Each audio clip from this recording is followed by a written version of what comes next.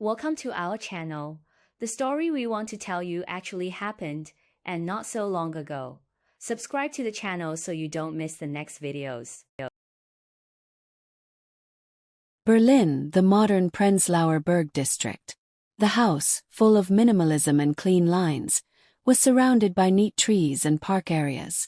Tony, a 23-year-old student, sat on the edge of the kitchen table, lost in thought.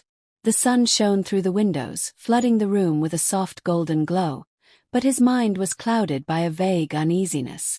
Karen, his stepmother, was always there like a warm but distant presence. She had just turned 52, but there was a certain elegance in her bearing, manner, and style that her peers did not possess. She seemed unruffled, unapproachable, like perfection. Something changed tonight. The guest was Felix, Tony's best friend, with whom they had grown up in neighboring yards. Karen invited him to dinner, and that dinner gradually became something else. Tony noticed this while sitting at the wooden table as his stepmother poured wine into the glasses. Felix looked at her differently. His gaze wasn't fleeting like that of a friend who was often in the house. It was a strange mixture of surprise and something deeper. Karen smiled back slowly and gently, as if she approved of the look. Something had changed, something Tony couldn't quite understand. He could feel an invisible tension building between them. It started innocently, just the touch of Karen's hands on Felix's as she cleared away the plates, but each touch lasted a little longer than it should have. Tony couldn't take his eyes off the way Felix followed her every move, his gaze lingering on her figure as if he was seeing her for the first time. Tony could feel the lump in his throat getting heavier and heavier. Something happened, something that shouldn't have happened.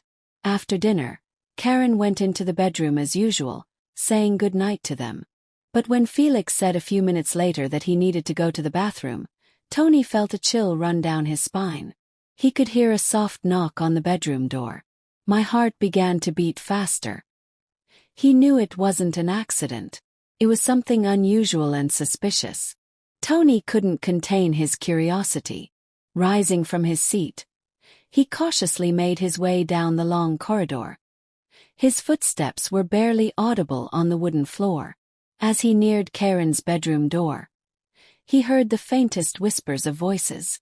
"I shouldn't be here." Felix's voice was low, barely audible. "Then why did you come?" replied Karen, her voice deep, velvety, and seductive. Silence filled the hallway like a fog, and suddenly Tony heard the sound of a woman kissing. It was muffled, soft, but so clear. He froze, as if frozen in time. Tony could picture it in his mind's eye. Felix, his best friend, leaning in to brush his lips against hers, Karen pulling him closer, her hands sliding through his hair. Karen, always out of reach, found herself next to his friend, with whom he had shared his entire childhood. Something inside him broke, but he couldn't tear himself away from the door, couldn't stop listening. The sounds in the room became more passionate. The kisses, the rustle of sheets, the muffled moans of women. The bed creaked under their movements. This was wrong. So wrong that Tony wanted to break the illusion, but instead he stayed outside the door, numb with fear and jealousy. The minutes dragged on endlessly. Finally, silence fell like the cold breath of reality. When Felix left the room, his face was red and his eyes avoided Tony's. Karen followed, her hair slightly disheveled, but her smile was soft and confident, as if nothing had happened before. Tony felt the walls around him begin to crumble. He could no longer pretend that he hadn't noticed anything. Felix sank down on the sofa opposite, his face pale and his hands shaking. "I'm sorry, I do not know what happened," Felix said, his voice weak and uncertain. But there was shame in his eyes. "You don't know what happened," gasped Tony, his voice full of anger. "You were in her room, Felix. You know what happened." Felix looked confused, his eyes fixed on the floor. "I didn't plan on it. She's the first to start." The words stuck in Tony's mind. He had always trusted Felix, and now his friend had betrayed him in the worst possible way. Even worse, Karen, his stepmother, was the one who started it. Why did she choose his friend? Why did it happen like this? Sunlight filtered through the thick curtains of Karen's bedroom, barely illuminating it with the subdued light of the sun. Tony stood at the door, frozen in place. He didn't know how to deal with what had happened the night before. Felix, his best friend, had crossed the line, but what was even more shocking was that Karen had allowed it to happen, or even provoked it. His mind raced between reality and fantasy, between what he'd heard outside the door and what he was feeling right now. He wanted to avoid this conversation, but the silence in the house weighed on him like an unbearable weight. He knocked on her bedroom door, and she answered immediately, as if she'd been waiting for his answer. Her voice was soft, almost affectionate. When Tony came in, Karen was sitting on the edge of the bed, combing her blonde hair, which fell to her shoulders in soft waves. Her face was calm, and her eyes met his with a faint smile. The room was silent, and the silence seemed to amplify every movement, every glance. "Are you okay?" she asked, her voice so calm that Tony felt his own tension begin to ease. He moved closer to her, his stomach churning, but his words caught in his throat.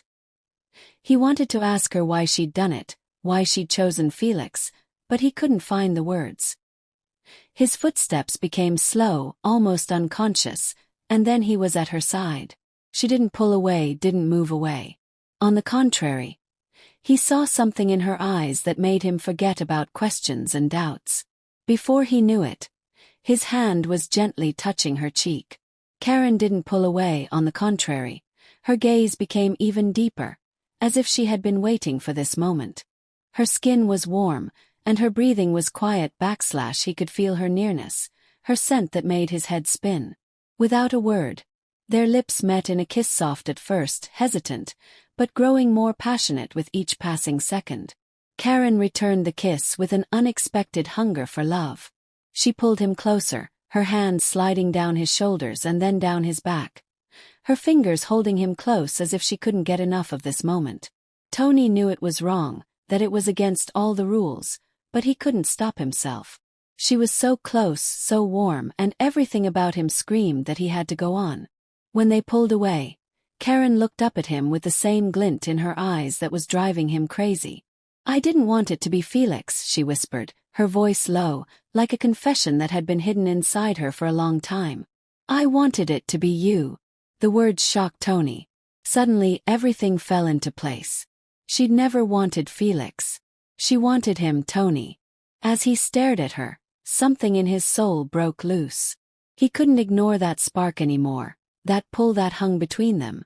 "Karen!" His voice trembled, but she cut him off with a kiss even more passionate than before. Her hands slid into his hair, pulling him closer, their breaths blending together. His hands began to slide over her body, feeling every line, every curve of her figure that always seemed out of reach to him. They fell together on the bed, her body next to his, hot and thirsty, and each touch felt like an electric shock. Karen looked up at him, her eyes alight with passion and the desire she'd just confessed to him. She didn't just let it happen, she led them down that path. His fingers slid down her neck, over her shoulders, and then over the bare skin of her back. Her hands moved with such confidence that he could no longer think of anything but her body, her touch. Karen moaned softly as he leaned into her, their lips meeting again in a long, excruciatingly passionate kiss. They were engrossed in each other, and the world outside the room ceased to exist. Tony couldn't resist his feelings anymore. All he knew was that he wanted her like he'd never wanted her before. And Karen was with him, her body responding to every gesture, every touch, as if they'd been waiting for this moment for a long time. The time in the room melted away, the night covering them, leaving only silence and the closeness of two people who had stopped fighting what they were feeling. Their touch became more gentle, more sensual, and by dawn their bodies, tired but contented, lay side by side, entwined in a single movement. Karen snuggled up to him, her head resting on his chest, and Tony, still breathing deeply after what had happened, gently ran his hand through her hair. She looked calm, peaceful, as if they had finally found each other in this forbidden space. There was no need to say anything.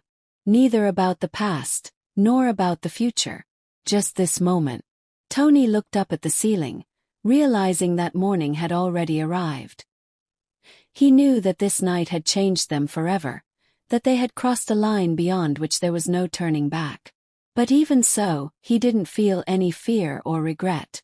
Only the quiet certainty that everything had happened exactly as it should have. Karen propped herself up on one elbow and looked up at him. Her eyes were soft but full of emotion, she smiled.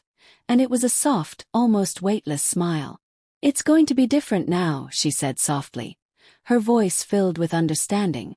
Tony nodded, knowing she was right. If you liked this story and want to hear more exciting and intriguing love stories, be sure to subscribe to our channel.